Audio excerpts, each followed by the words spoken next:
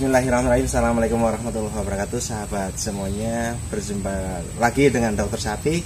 Sahabat, puji syukur hari Allah Subhanahu wa taala kita diberikan kesehatan di hari libur ini, sahabat. Sahabat, saya ingin menjelaskan kembali pentingnya YouTube, channel YouTube untuk edukasi, sahabat. Nah, pentingnya apa, sahabat? Jangan sampai saudara-saudara kita yang menyimak YouTube kita itu diberikan harapan-harapan palsu. Hari ini saya mendapatkan informasi dari salah satu kabupaten pengembangan di Sumatera Selatan.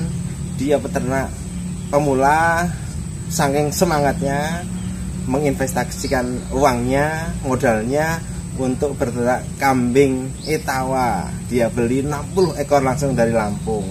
Nah, hanya berbekal dari YouTube yang sudah ada. Nah, ternyata tidak semuanya YouTube bisa menjadi pedoman, karena memang harus tahu basicnya, harus tahu suka dukanya. Jangan sampai kita mempersembahkan channel YouTube hanya sekedar memberikan yang enak-enak saja, yang gampang-gampang saja, sementara kondisi realnya mungkin tidak seperti itu, sahabat semuanya. Jadi menjadilah YouTuber yang baik, menjadilah YouTuber yang benar-benar memberikan edukasi bagi masyarakat, supaya saudara-saudara yang pensiunan itu tidak habis modalnya ketika memang bergerak di dunia peternakan, tidak hangus karena masalah-masalah yang mereka tidak ketahui. Nah, contoh sahabat semuanya, hari ini saya membahas mengenai fenomena tadi. Ada seorang peternak pemula, dia ngebet karena tergiur tayangan-tayangan YouTube, kemudian dia membeli 60 ekor kambing Etawa dari Lampung, dan sampai di rumah pelan-pelan kematian hingga hari ini terhitung sudah 20 ekor. Nah, kita kalikan saja, kalau 20 ekor darah, contoh kita darah harganya 3,5 juta kali 20 sudah 70 juta. Belum fasilitas yang lainnya, belum makannya segala macam. Nah, ini sahabat semuanya, kita akan bahas apa permasalahannya, akan saya tayangkan beberapa video-video berikutnya. Baik sahabat semuanya, kita akan lanjutkan. Ini beberapa permasalahan yang sering ditemukan di peternakan kambing, sahabat semuanya. Yang paling atas ini adalah kambing-kambing yang biasanya baru datang, entah dari pasar atau dari kiriman dari mana.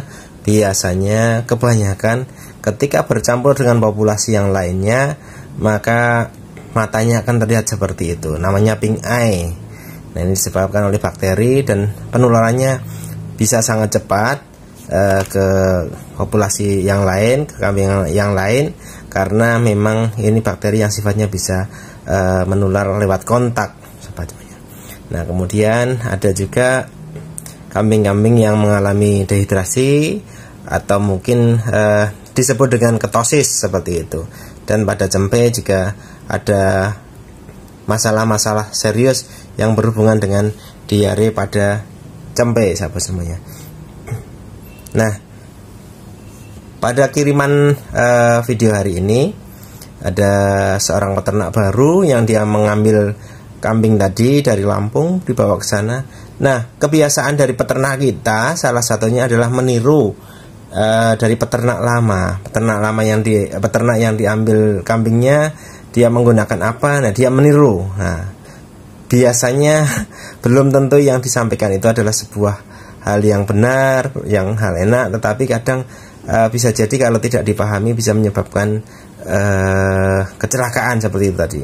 Jadi kambingnya mati. Contoh ini dia mengambil dari Lampung, mungkin di Lampung diberikan makan ampas tahu, kemudian sampai ke lokasi kandangnya beliau ini sama diberikan ampas tahu secara berlebihan. Apa efeknya? Ampas tahu yang tidak diimbangi sumber protein, sebagai ampas tahu sebagai sumber protein tidak diimbangi dengan serat yang cukup, maka akan menyebabkan asidosis. Apa tanda asidosis? Salah satunya kotorannya mulai lembek, tidak berbentuk butiran-butiran lagi, mulai lembek atau mulai encer. Nah, kalau seperti itu terjadi selama beberapa hari atau beberapa bulan, ini akan menyebabkan si kambing ini juga akan mengalami ketosis. Jadi usus ini tidak akan mendapatkan suplai karbohidrat lagi, karena mungkin jika berjalan terlalu lama si rumen dari kambing tersebut mengalami erosi fili-filinya, sehingga kecernaannya akan menjadi sangat jelek. Nah, ini bisa jadi asidosis, bisa berujung menjadi ketosis, atau mungkin hipokalsemia lah sahabat semuanya. Ini hati-hati, monggo untuk imbangan serat dan imbangan proteinnya harus seimbang. Ya kalau perlu, kalau hanya untuk breeding tidak terlalu perlu banyak imbuhan-imbuhan pakan untuk sumber proteinnya. Cukup dari rumput. Apabila memang rumputnya kurang, bisa ditambahkan dengan sumber protein lainnya. Nah, yang kedua, ini kami menerima jadi ususnya sudah merah semuanya, terlihat seperti itu, berwarna merah dari bagian serosa kemudian sampai ke dalam. Yang dimungkinkan ini hasil lain dari enterotoksemia, jadi overeating disease, makan yang berlebihan. Nah, contoh salah satunya itu menyebabkan pH rumen tadi turun, menjadi asidosis metabolis, sehingga bakteri-bakteri seperti Clostridium perfringens tipe C, tipe D ini akan menjadi patogen dan menghasilkan toksin, seperti video-video saya sebelumnya. Ini harus hati-hati sahabat semuanya. Jadi imbangan antara karbohidrat, energi, kemudian protein dan serat kasar ini harus benar-benar imbang, supaya menghindari terjadinya asidosis atau menghindari terjadinya overeating disease yang menyebabkan menimbulkan risiko kematian sahabat semuanya. Nah, ada lagi fenomena ketika kambing-kambing datang, ini jarang sekali pengiriman antar pulau yang jaraknya jauh atau sampai nyebrang laut atau perjalanan yang dalam kondisi jarak jauh, jarang sekali terjadi keberhasilan. Rata-rata contoh, kalau kambing-kambing yang berasal dari Jawa sampai dikirim ke Lampung, ke Sumatera, atau mungkin yang beberapa kali kita lakukan, kita amati dulu kambing-kambing yang dikirim dari Madura ke Pulau Belitung atau ke Bangka, atau dari Lampung ke Bangka, ini juga tingkat keberhasilannya tidak terlalu tinggi. Nah, ini mungkin yang harus kita koreksi, salah satunya adalah pengangkutan. Pengangkutan seperti apa? Apakah memenuhi animal welfare atau tidak? Nah, biasanya teman-teman peternak yang mengambil kambing dari Lampung atau dari mana untuk daerah sebar di Sumatera lainnya atau dari Jawa, ini sudah menghitung biaya transportasinya, sehingga kalau bisa mobilnya dipenuhin supaya ongkos transportasinya menjadi murah. Padahal angkutannya didesain bersap-sap. Nah, ada 2 tingkat, ada 3 tingkat, yang mana tidak memungkinkan si kambing dalam perjalanan ini bisa berdiri. Nah, ini dia biasanya duduk terus selama perjalanan. Nah, ini yang menyebabkan dia kurang mendapatkan animal welfare, kesejahteraannya menjadi kurang. Nah, mungkin hal-hal seperti itu yang harus diperbaiki. Selain hal-hal mengenai kapan harus dilakukan transportasi, apakah pada saat hujan boleh ditransportasikan, atau mungkin ketika dalam kondisi panas, apakah baik untuk transportasi apa tidak. Nah, ini karena di shipping fever sudah banyak sekali saya jelaskan masalah-masalah shipping fever, yaitu adanya manhemia hemolytica, adanya stres pada perjalanan, menimbulkan bakteri-bakteri yang oportunistik yang normal ada di saluran pernafasan atas akan ke bawah, menimbulkan kerusakan pada paru-paru, dan lama-lama ketika kita drop 60 ekor contoh, maka pelan-pelan itu dia akan terjadi kematian satu ekor setiap hari, sehingga terkumpul bisa 20, barangkali akan melanjut kalau tidak segera diantisipasi. Nah, ini perlunya kita melakukan animal welfare pada saat pengangkutan ya sahabat semuanya. Ini namanya penyakit shipping fever. Di video-video sebelumnya saya sudah banyak kupas tentang ini. Nah, berikutnya ini juga shipping fever. Jadi paru-parunya sudah sampai hancur, kemudian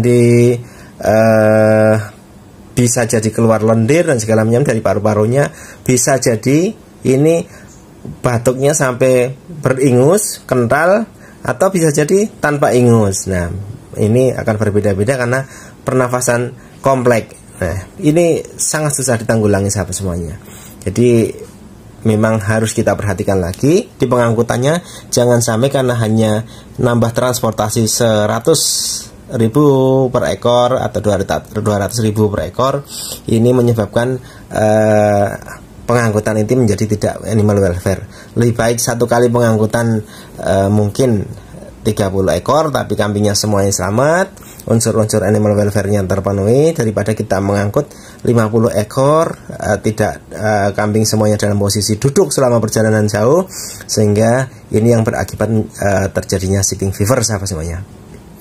Nah, kemudian enterotoksin kemarin juga sudah saya sampaikan, ini salah satu penyakit juga yang memang bahaya ketika memang konsumsi karbohidrat, konsumsi energi ataupun konsumsi nitrogen, protein terlalu tinggi. Ini enterotoksin. Nah, biasanya terjadi pada pada saat kondisi-kondisi perubahan cuaca, kondisi-kondisi perubahan rumput muda-muda dan segala macamnya. Ini harus hati-hati sahabat semuanya. Nah, hati-hati juga pemberian bahan-bahan tambahan tadi yang saya sudah sampaikan. Ampas tahu harus hati-hati banget.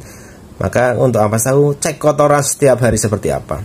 Kalau diberikan rumput biasa, cek kotorannya seperti apa. Jangan sampai setiap hari akan terlihat kotorannya lembek, kotorannya encer. Ini untuk kambing sangat berbahaya sekali, akan menimbulkan efek yang berkelanjutan tadi seperti asidosis, seperti enterotoksemia sahabat semuanya.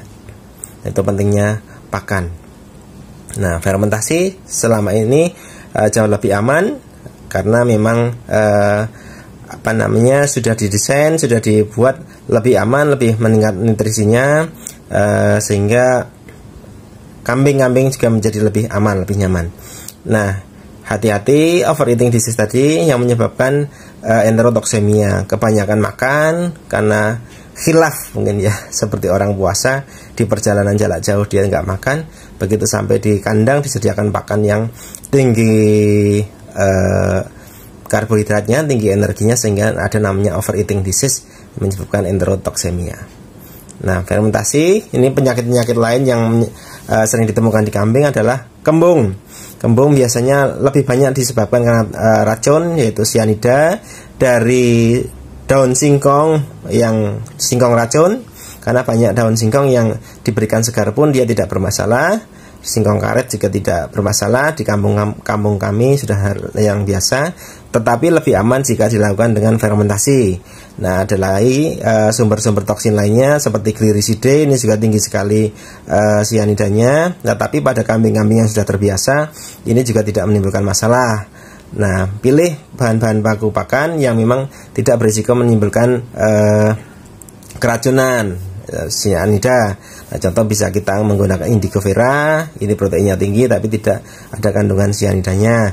Terus kemudian kalaupun menggunakan rumput-rumput yang dipupuk dengan urea atau dipupuk dengan pupuk kandang, jangan mengambil yang terlalu muda, karena di situ ketika memang pemupukannya over, ini menyebabkan kandungan nitrat ataupun nitrit di dalam rumput ini menjadi tinggi dan menjadi toksik, bisa menyebabkan kematian pada kambing ataupun pada sapi sahabat semuanya.